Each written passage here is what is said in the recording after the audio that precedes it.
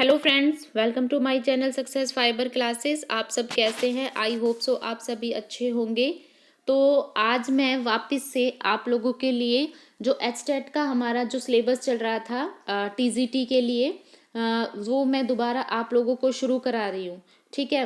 बीच में कुछ बच्चों की क्वेरी थी रीड के प्रीवियस ईयर को लेकर, तो वो मैंने आप लोगों को करा दिए हैं। ठीक है। आज वापस से हम अपना एचटेट का सिलेबस है वो कवर कर रहे हैं। तो आज जो मैं आपको टॉपिक्स कराऊंगी वो है कंपोनेंट ऑफ फूड। इससे एचटेट के अंदर क्वेश्चन बना है, मैंने लास्ट में इसमें क्वेश्चन भी डाल रखे हैं। 2020 में इससे क्वेश्चन बना था और 2021 में भी क्वेश्चन बना था। तो मैं प्रीवियस ईयर को देख के ही आपको जो वीडियो प्रोवाइड करा रही हूँ कंटेंट की, उसी के बेस पर मैं आप लोगों को वीडियो प्रोवाइड करा रही हूँ। ठीक है। तो आई होप आप लोगों को मेरी वीडियो अच्छी लग रही होगी, मेरी मेहनत अच्छी लग रही होगी। तो प्लीज़ लाइक है वो कर दीजिए। ठीक है। आपका क्या जाता है लाइक करने में? तो अब ऐसा नहीं है कि ये केवल एचटेट के लिए इम्पोर्टेंट है। जो भी कैंडिडेट DSSB की तैयारी कर रहे हैं, ठीक है, आपको भी पता है हाल फिलहाल अभी मार्च या अप्रैल के मतलब मार्च के मिड में या अप्रैल के स्टार्टिंग में आपको DSSB के एग्ज़ाम भी देखने को मिल जाएंगे। ठीक है। और एचटेट की जो एग्ज़ाम डेट है वो भी 5 या 6 को डिसाइड की गई है। 5 या 6 अप्रैल को आपका एचटेट का एग्ज़ाम होगा। तो तब तक मेरे को आपका ये सिलेबस है वो कंप्लीट कराना है विद प्रैक्टिस। ठीक है।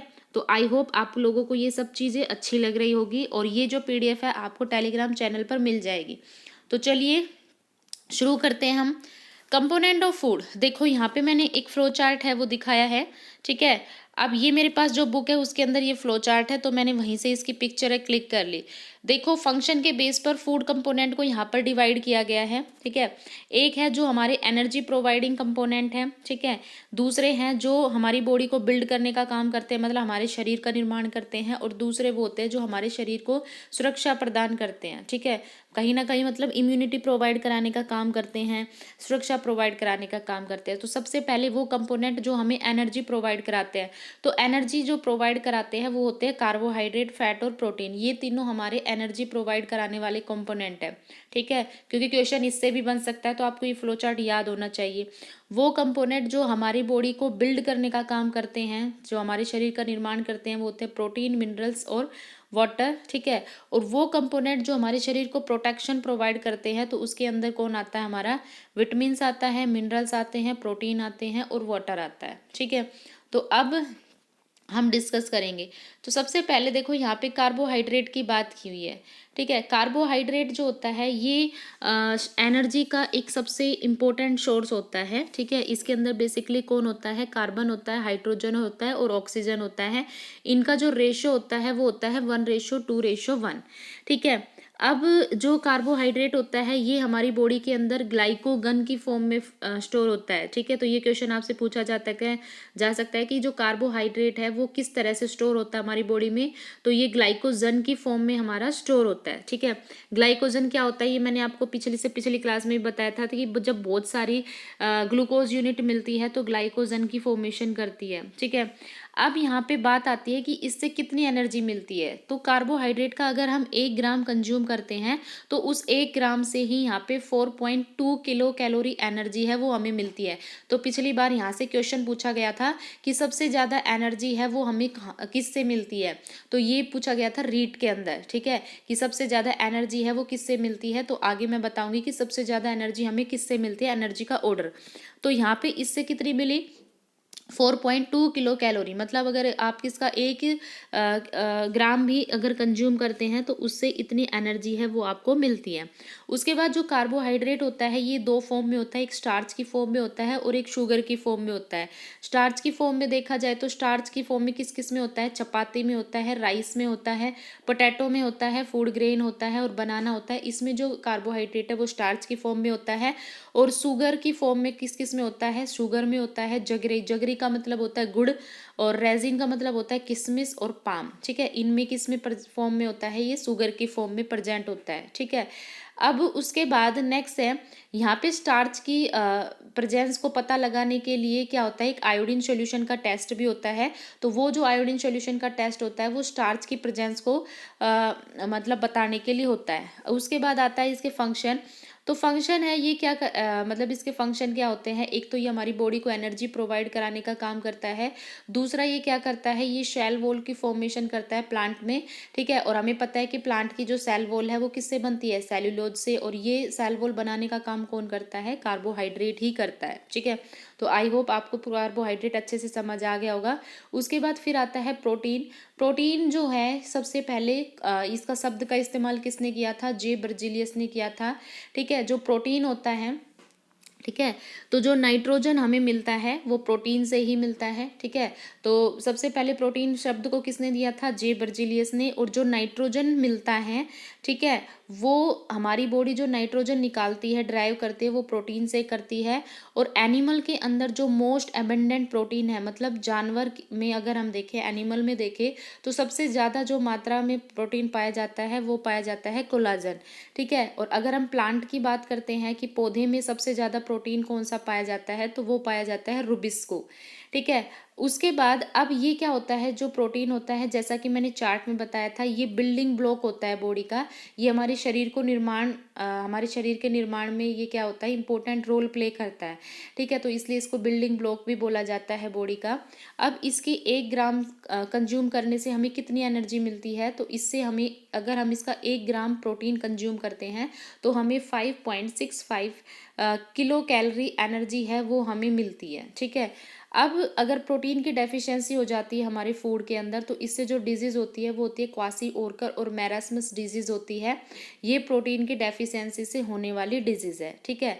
अब प्रोटीन का पता लगाने के लिए एक टेस्ट किया जाता है, जो टेस्ट होता है बायोरेट टेस्ट, ठीक है। जो बायोरेट टेस्ट होता है ये प्रोटीन की प्रेजेंस को पता लगाने के लिए होता है, तो आपको ये याद रखना है। उसके बाद फिर आता है, अभी मैं आपको क्वेश्चन दिखाऊंगी कि मेरी नोट से क्वेश्चन कैसे बने हैं। फिर आता है फैट। फैट देखो क्या होता है, फैट होता है ग्लिसरॉल के जो एस्टर्स होते हैं उनको हम फैट कहते हैं। फैट का अगर हम 1 ग्राम कंज्यूम करें तो इससे हमें क्या मिलती है, 9.45 किलो कैलोरी एनर्जी हमें मिलती है। यानी अगर हम पूछे कि सबसे ज़्यादा एनर्जी किससे मिलती है, तो हमें फैट वाले जो खाना होता है उससे हमें सबसे ज़्यादा एनर्जी मिलती है।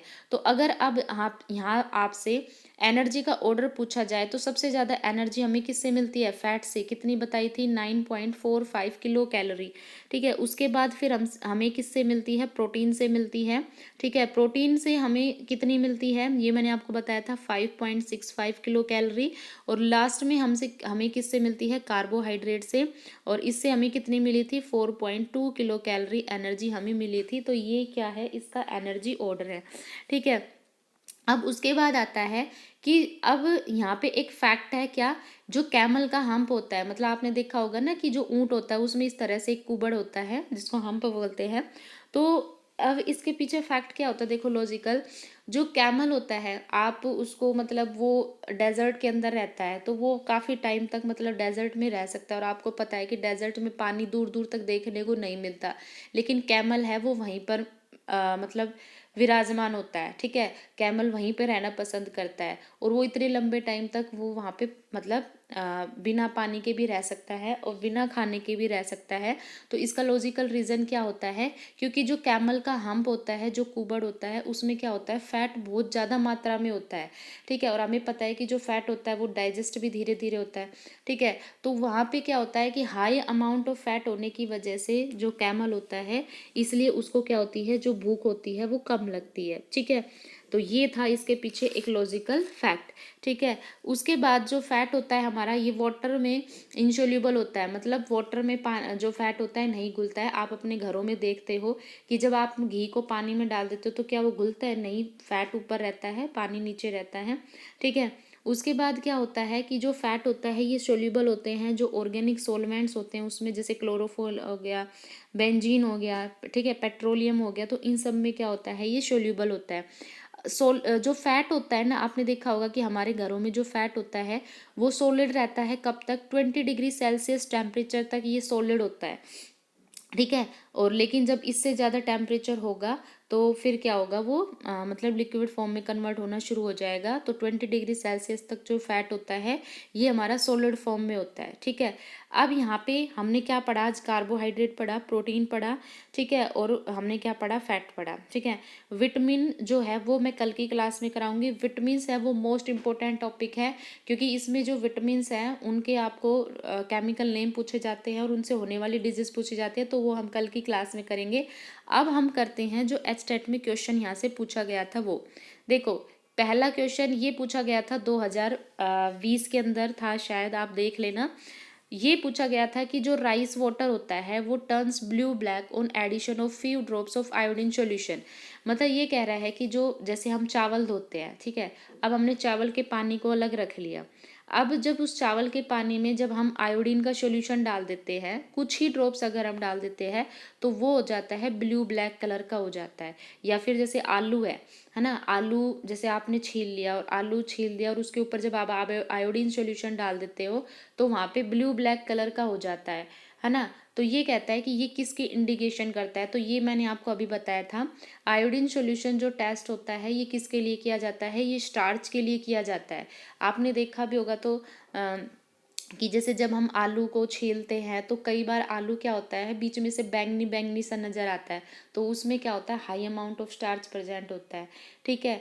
तो क्या होता है, high amount of starch present होता है, इसलिए वो क्या होता है, पर्पल पर्पल कलर का होता है, ठीक है। तो ये मैंने आपको बताया था कि जो आयोडीन सॉल्यूशन टेस्ट होता है वो किसकी प्रेजेंस को पता लगाने के लिए होता है, स्टार्च की प्रेजेंस को। उसके बाद नेक्स्ट क्वेश्चन है यहाँ पे, ये क्या पूछा गया था कि जो बायोरेट टेस्ट है, ठीक है, ये 2021 का क्वेश्चन है कि जो बायोरेट टेस्ट है ये किस लिए यूज होता है, to test the presence of, कि जो बायोरेट टेस्ट है ये किसकी प्रेजेंस को पता लगाने के लिए होता है। तो मैंने आपको बताया था मेरे नोट्स में से ही कि जो बायोरेट टेस्ट होता है ये प्रोटीन जो होता है उसकी प्रेजेंस को मेज़र करने के लिए यूज होता है, ठीक है।